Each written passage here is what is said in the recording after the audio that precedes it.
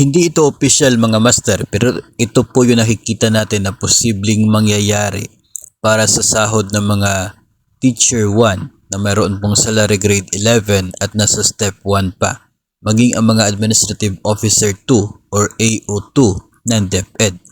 Ang sahod kasi from 27,000 ay magiging 28,512. So mayroong gross increase of 1,512.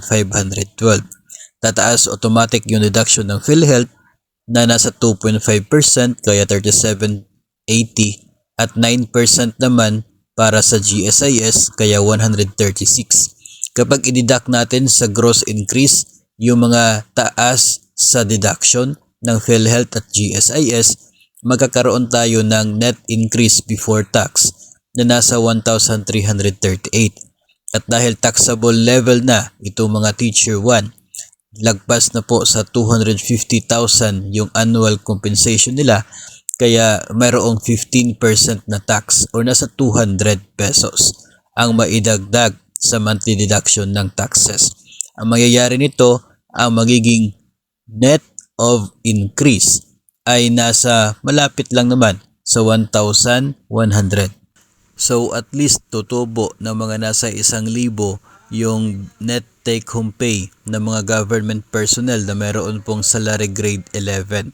So atin pong kung kayo po ay nandoon sa other salary grade, pwede po ninyong subukan gamit po yung illustration doon.